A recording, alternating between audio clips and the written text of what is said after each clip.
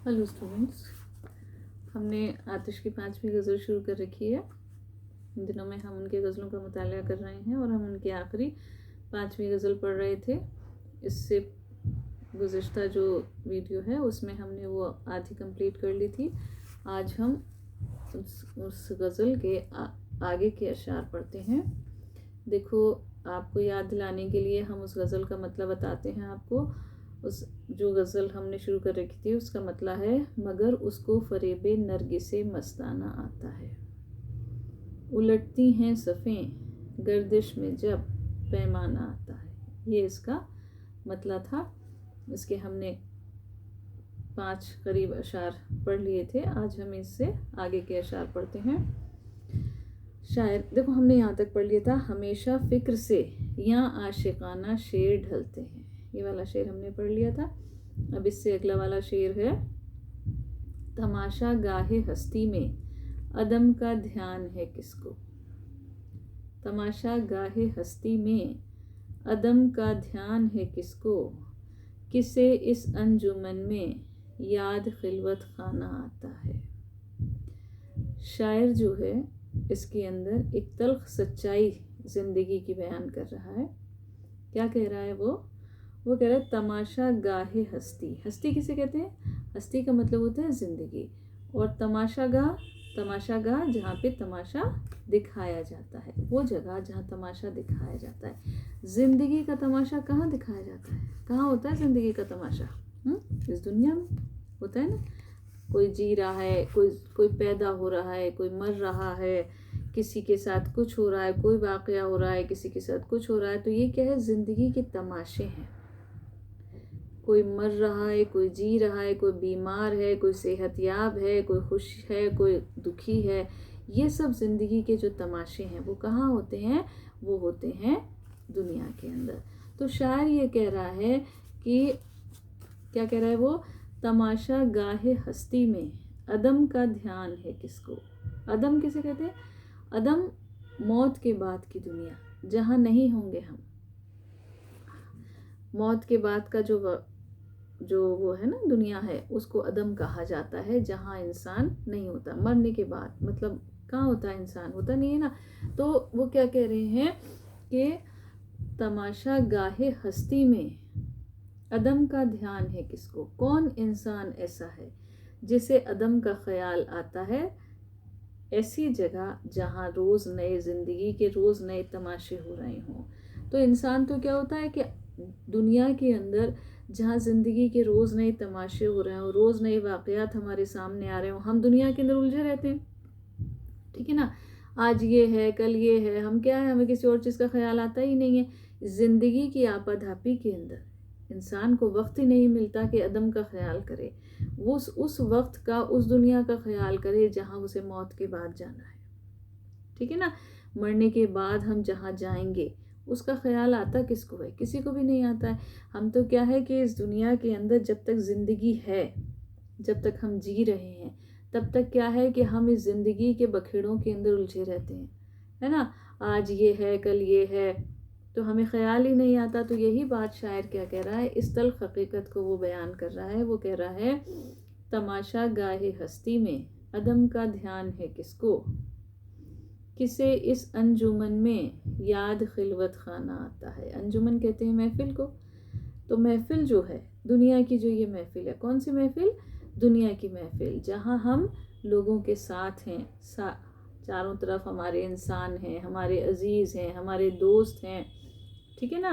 तो ये जो दुनिया है, इस दुनिया की जो महफिल है, वो कह रहे हैं, किसे इस अंजुमन में, इस महफिल के अंदर किसे खिलवत खाना याद आता, किसे इस अंजुमन में याद खिलवत खाना आता है। खिलवत खाना क्या है? खिलवत कहते हैं तन्हाई को, खाना का मतलब घर। तन्हाई का घर कौन सा है? कब्र। कब्र जिसमें इंसान अकेला होगा, है ना, उसके साथ कोई नहीं होगा। तो वो कह रहे हैं कि ये जो खिलवत खाना है, ये जो तन्हाई का घर है, इसके अंदर इसका किसे याद आती है? अंजुमन के अंदर, महफिल के अंदर जब तक इंसान है, यानी ये दुनिया की जो महफिल है, जिसके अंदर उसके बहुत सारे दोस्त हैं, उसके बहुत सारे रिश्तेदार हैं, अजीज़ हैं, ठीक है, आसपास लोग ही लोग हैं। उन लोगों के साथ रहते हुए उसे कहाँ याद आता है कि मैं एक दिन ऐसी जगह जाऊंगा तन्हा घर के अंदर जहाँ मेरे अलावा और कोई नहीं होगा। तो कभी कहाँ याद आता है इंसान, नहीं आता ना हम लोगों को। हम तो क्या है कि जब पैदा होते हैं तो हम एजुकेशन के अंदर, पढ़ने लिखने के अंदर लगे रहते हैं कि हमारी अच्छी परसेंटेज आ जाए, हमारे अच्छे मार्क्स आ जाएं, हम अच्छी डिवीज़न से पास हो जाएं। धीरे धीरे लेवल बढ़ता है, स्कूल से कॉलेज आते हैं, कॉलेज के अंदर एडमिशन हो जाए, हमारा किसी प्रोफेशनल कोर्स के अंदर हो जाए हमारा, तो हम तो क्या है धीरे धीरे एक ना एक ख्वाहिश हमारी लगी रहती है हमारे साथ, और हम उसको हासिल करने के लिए, उसे पाने के लिए जद्दोजहद करते रहते हैं, स्ट्रगल करते रहते हैं। तो हमें कहाँ याद आता है कि हमें मौत के बाद किस जगह जाना है, हमें अकेले घर के अंदर जाना है, और हमें अदम का ख्याल नहीं आता, यानी मौत के बाद की दुनिया का हमें ख्याल नहीं आता। तो इसी तल्ख हकीकत को आतिश ने इस शेर के अंदर बयान किया, और एक अच्छा शेर है, ख्याल भी अच्छा है उनका, और जिस बात को वो कह रहे हैं वो एक कड़वी सच्चाई है हमारे लिए, इंसान के लिए कड़वी सच्चाई है, इस दुनिया की, इस इंसान की कड़वी हकीकत है। ठीक है, अगले शेर में शायर क्या कह रहा है, सबा की तरह हर एक गैरते गुल से हैं लग चलते। सबा क्या होती है, सबा कहते हैं हवा को। कौन सी हवा, जो मशरिक से चलती है, पूरब से जो चलती है, उस हवा की बात कर रहे हैं। सबा की तरह, हवा की तरह हर एक गैरते गुल से हैं लग चलते। गैरते गुल, गुल को शर्माने वाला, गुल कहते हैं फूल को, फूल को शर्माने वाला, यानी जो मेरा महबूब है वो इतना खूबसूरत है कि फूल भी उसे देख करके शर्मा जाएं। तो शायर क्या कह रहा है कि मशरिक की हवा की तरह हर गैरते गुल से हम लग चलते हैं। लग चलना यानी छू करके गुजरना।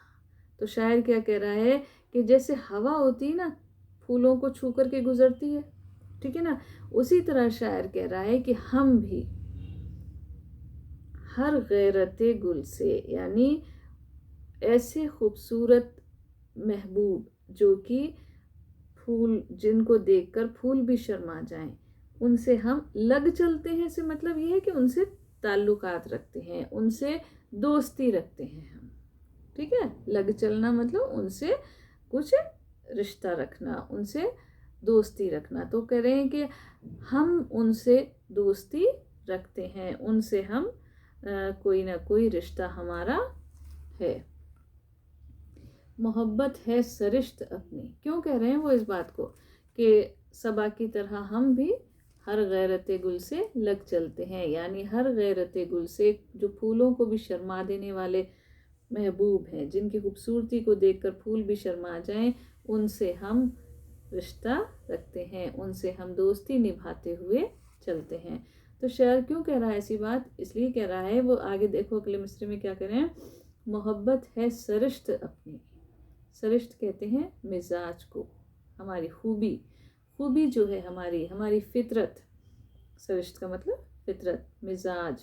तो शायर क्या कह रहा है कि मोहब्बत हमारी सरिश्त है, हमारी खूबी है, हमारा मिजाज है, हमारी फितरत है कि हम मोहब्बत करें। तो वो कह रहा है मोहब्बत है सरिश्त अपनी, हमें याराना आता है, हमें याराना यानी दोस्ती। वो क्या कह रहे हैं, वो कह रहे हैं कि हम जो है, जैसे हवा होती है ना, मशरिक से बहने वाली जो हवा है, वो हर फूल से लगती हुई चलती है, हर फूल को छूती हुई, हर फूल को छेड़ती हुई चलती है, हर फूल से दोस्ती करती हुई चलती है, उसको छेड़ती हुई चलती है, उससे मोहब्बत करती हुई चलती है। इसी तरह हम भी, हमारे मिजाज के अंदर दोस्ती है, हमारे मिजाज के अंदर मोहब्बत है, इसलिए हम क्या करते हैं, हम भी फूलों को शर्माने वाले महबूब से रिश्ता रखते हुए चलते हैं, मोहब्बत करते हुए चलते हैं, उनसे दोस्ती निभाते हुए चलते हैं। क्यों, क्योंकि हमारे मिजाज के अंदर मोहब्बत है, दोस्ती है। ठीक है, ख्याल आया है आईने का, मुँह इसमें वो देखेंगे। देखो ये टिपिकल लखनवी शायरी का अंदाज है। इस शेर के अंदर शायर क्या कह रहे हैं, ख्याल आया है आईने का, महबूब के दिल में आईने का ख्याल आया है, यानी अपना मुंह देखने का ख्याल आया है, इसमें मुंह इसमें वो देखेंगे। क्यों आया है? क्योंकि वो चाहता है कि वो अपनी खूबसूरती को निहारे, अपनी खूबसूरती को देखे आईने के अंदर, इसलिए वो उसको आईने का ख्याल आया। अब उलझे बाल सुलझाने की खातिर शाना आता है। शाना क्या होता है? शाना कहते हैं कंघे को। तो शायर कह रहा है कि जब मेरे महबूब को ख्याल आया आईने का कि वो अपनी खूबसूरती को निहारे, तो क्या है, उसने ये भी सोचा कि वो अपने बाल दुरुस्त करे, अपनी जुल्फ़ों को दुरुस्त करे, अपने बाल बनाए, अपना कंघा कंघा करे। तो क्या है कि अब उसको अपने उलझे बाल सुलझाने के लिए कंघा भी आ रहा है। तो ये एक टिपिकल अंदाज है जो कि लखनवी शायरी के अंदर कंघी चोटी की बातें होती हैं, आईने की बातें होती हैं। तो ये शेर बिल्कुल उसी तर्ज का है। तो शायर कह रहा है कि मेरा महबूब जो है वो आईना देखने का ख्याल उसके जहन में आया कि वो खुद की खूबसूरती को निहारे, तो वो उसको बाल उलझे अपने बाल सुलझाने के लिए उसके लिए कंघा आ रहा है। इताबो लुत्फ जो फरमाओ हर सूरत में राजी हैं। इताब कहते हैं गुस्से को, लुत्फ कहते हैं मज़ा, मोहब्बत, इनायत, मेहरबानी। तो शायर कह रहा है या तो इताब करो, यानी या तो गुस्सा करो या मेहरबानी करो, मोहब्बत करो, जो भी, जो फरमाओ हर सूरत में राज़ी हैं। हम हर सूरत के अंदर रज़ामंद हैं। हम आपके गुस्से को, मोहब्बत को, इनायत को, जो भी आप हमारे साथ बर्ताव करते हैं उसको हम एक्सेप्ट करते हैं, कबूल करते हैं, हम रज़ामंद हैं। शायर ये कह रहा है, ये उनकी गज़ल का मक्ता है, आखिरी शेर है। शिकायत से नहीं वाकिफ़ हमें शुक्राना आता है। शायर क्या कह रहा है कि हम क्यों राज़ी हैं, चाहे हमारे साथ गुस्सा करो, चाहे हमारे साथ इनायत करो, मेहरबानी करो, तो कैसा भी हमारे साथ बर्ताव करो, हम हर सूरत में राज़ी हैं। क्यों कह रहा है वो ऐसा? इसलिए कह रहा है, क्यों कह रहा है शिकायत से नहीं वाकिफ़। वाकिफ़ कहते हैं जानना। तो शायर क्या कह रहा है? पहचानना। हम शिकायत को नहीं जानते, शिकायत करना नहीं जानते, हमें शिकवा करना, शिकायत करना नहीं आता, हमें शुक्राना आता है। शुक्राना कहते हैं शुक्र अदा करना। तो शायर कह रहा है कि हम जो हैं वो शुक्र अदा करना जानते हैं, हर सूरत के अंदर, हमारे मिजाज के अंदर शुक्र अदा करना है। इसलिए हम चाहे हमारे साथ कैसा भी बर्ताव किया जाए, गुस्सा किया जाए हमारे साथ मोहब्बत की जाए, इनायत मेहरबानी की जाए, हम हर सूरत में रज़ामंद हैं। क्यों? क्योंकि हमारे मिजाज के अंदर शुक्राना अदा करना आता है, शिकायत करना नहीं आता। देखो ये शेर जो है वो इश्क़ मजाजी का भी हो सकता है और इश्क़ हकीक़ी का भी हो सकता है। यानी वो अपने महबूब से भी ये बात कह रहे हैं कि ए महबूब, तू हमारे ऊपर गुस्सा करता है, तू हमारे साथ अगर गुस्सा करता है या मेहरबानी करता है, हमें सब कबूल है, हम सब चीज़ों से रज़ामंद हैं। क्यों? क्योंकि हमारे मिजाज में शुक्र अदा करना है, हमारे मिजाज में शिकवा करना नहीं है, शिकायत करना नहीं है, हम तो सिर्फ शुक्र अदा करना जानते हैं। ये बात वो अपने महबूब से भी कह रहा है। और दूसरी बात अगर इसे हम समझें तो ये खुदा से भी कह सकता है वो। क्यों? क्योंकि देखो इंसान जो है उसे खुदा ने पैदा किया, ठीक है, खुदा हमें सब कुछ देता है। तो हम क्या है कि अगर हम शुक्र अदा करें उसका, दुख में, तकलीफ़ में और आराम के अंदर, दोनों के अंदर, वो इंसान जो है, जो कि जिसके दिल में उस पाक परवरदिगार की मोहब्बत होती है, उसकी अज़मत है उसके दिल में, उसकी इबादत वो करता है सच्चे दिल से, तो वो क्या करता है कि चाहे उसके साथ अच्छा हो, वो आराम से रहे, खुशी से रहे, उसे खुशियाँ मिलें, तब भी वो शुक्र अदा करता है। और अगर उसे दुख मिलता है, परेशानी मिलती है कोई, तब भी वो शुक्र अदा करता है। क्यों? क्योंकि वो जानता है, क्योंकि मुझे इंसान को, मतलब मुझे नहीं पता कि मेरे लिए क्या अच्छा है, ये तो खुदा बेहतर जानता है। और आज अगर उसने दुख दिया है तो वो इस दुख को दूर करने वाला भी वही है।